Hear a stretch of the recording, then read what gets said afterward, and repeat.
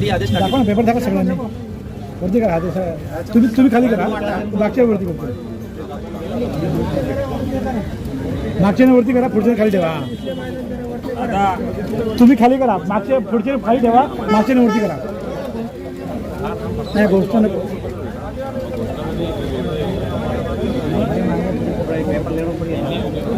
सब समोर दादा.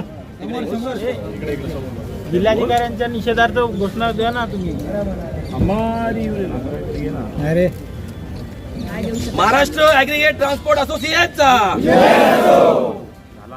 जिल्हाधिकारी जिल्हाधिकारी जिल्हाधिकारी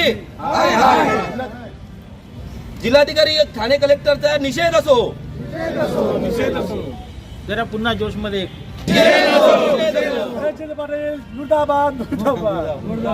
भाई आंदोलन करतो ना. हरिचंद्र पाटील मुर्दाबाद मुर्दाबाद मुर्दाबाद मुर्दाबाद. ठाणे कलेक्टर हाय हाय हाय हाय.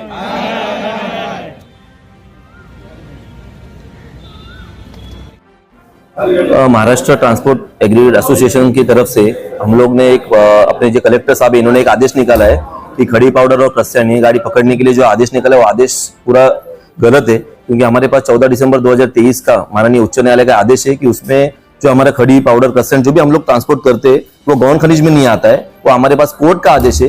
पर मेरे हिसाब से जो ठाणे कलेक्टर अभी है अशोक श्रृंगारे साहब, ये एक तो खुद को कलेक्टर उच्च न्यायालय से ज्यादा खुद को बड़ा समझ रहे हैं, इसके लिए उन्होंने वैसा आदेश कुछ निकाला है. क्योंकि जो कोर्ट ने आदेश निकाला है वो पूरे महाराष्ट्र के लिए निकाला है. और महाराष्ट्र में जब से वो आदेश निकला है 14 दिसंबर 2023 से आज तक, मतलब 1.5 साल में जितनी भी जगह जगह पे गाड़ियां पकड़ी गई है उनका जो फाइन था, वो पेनल्टी था, वो इंटरेस्ट के साथ में रिटर्न किया हुआ है. पर ठाणे कलेक्टर साहब ने जो अभी श्रृंगारे साहब ने जो आदेश निकाला है उसके ऊपर पूरा ठाणे उनका जो स्टाफ है वो खुद कंफ्यूज है कि गाड़ी पकड़ना है कि नहीं पकड़ना है. और जो एक ही कोई पथक है जो रात को 10 बजे से सुबह 6 बजे तक एक्टिव रहता है और वही गाड़ी पकड़ता है, बाकी कोई गाड़ी पकड़ नहीं रहा है. और अभी हम लोग को अपर जिलाधिकारी साहब ने टाइम दिया था कि सोमवार मंडे को आ जाना, जो भी उसमें कुछ प्रॉब्लम रहेगा या कुछ भी उसमें रहेगा वो हम लोग चेंज करेंगे. पर अभी उन्होंने वैसा कुछ किया नहीं, वो बात से मुकर गया और वो लोग बोल रहे कि टीपी पास तुमको लेना ही पड़ेगा.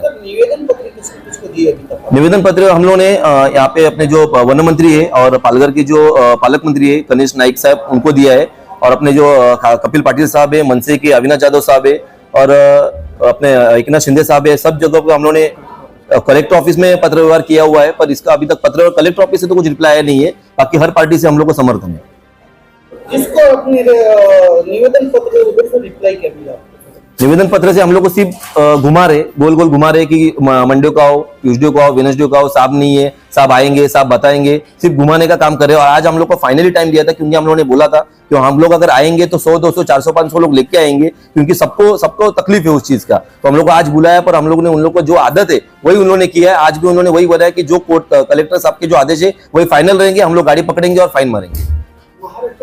सरकार से क्या मांग करेंगे? महाराष्ट्र सरकार से हम लोग की यही मांग है कि ये जो हम लोग का गाड़ी ट्रांसपोर्ट एसोसिएशन है, इन लोग में इसमें कम से कम 1500 से 2000 सभासद है. उन लोग की 2-2 गाड़ियां भी पकड़ेंगे तो 4 से 5000 गाड़ियां है. वो गाड़ियों के ऊपर ड्राइवर बिगारी सबका घर वो गाड़ियों के ऊपर चलता है. और हम लोग ऐसा नहीं बोल रहे कि हम लोग को जबरदस्ती नहीं टीपी पास लेना है. कोर्ट का आदेश है, कोर्ट ने हम लोग को बोला कि टीपी पास लगता नहीं है तो टीपी पास नहीं लेंगे. और कोर्ट का क्लियर आदेश है कि उसमें कुछ भी गाड़ी सीज नहीं कर सकते या टीपी पास नहीं लगता है. पर कलेक्टर साहब उस चीज को, जो कोर्ट का आदेश है उसको बाजू में रख के अपना खुद का आदेश निकाला है और उसके ऊपर गाड़ी वालों को परेशान कर रहे हैं. जिलाधिकारी सरकार मीटिंग में तो जिलाधिकारी ने क्या आश्वासन दिया? जिलाधिकारी साहब मेरे हिसाब से गाड़ी वालों को सामने सामने फेस टू फेस बात करने के लिए डर रहे, क्योंकि उन्होंने इतने मॉब को देख के उन्होंने हम लोग को अंदर नहीं लिया. और उन्होंने अपर जिलाधिकारी हरिचंद्र पाटिल साहब थे उनको बोला कि आप बात करो करके. और पाटिल साहब ने हम लोग को यही बोला कि कलेक्टर साहब ने बोला जो आदेश कलेक्टर साहब ने निकाला है कोर्ट के अगेंस्ट में वही फाइनल रहेगा. आप जो कर सकते हो वो करो, पर कोर्ट के आदेश अगेंस्ट में जो आदेश है वही फाइनल रहेगा और हम लोग रास्ते पे गाड़ी पकड़ेंगे.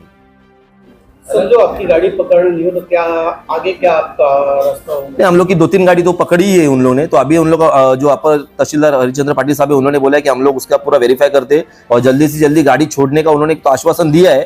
और आगे भी अगर गाड़ी वो तो उसके ऊपर ठाम है कि हम लोग कलेक्टर के आदेश पर ठाम रहेंगे और हम लोग भी कोर्ट के आदेश पर ठाम है. क्योंकि हम लोग को तो इतना मालूम है, हम लोग तो कलेक्टर से ज्यादा सीखे हुए नहीं है, पर हम लोग को इतना मालूम है कि महाराष्ट्र में अगर कोर्ट आदेश देता है तो वो कलेक्टर को फॉलो करना पड़ता है. पर यहाँ पे कलेक्टर साहब को ऐसा लग रहा है कि कलेक्टर साहब जो आदेश निकालेंगे उसको कोर्ट को फॉलो करना पड़ेगा. तो कलेक्टर साहब उनके आदेश पे टिके रहे, हम लोग कोर्ट के आदेश पे टिके रहेंगे.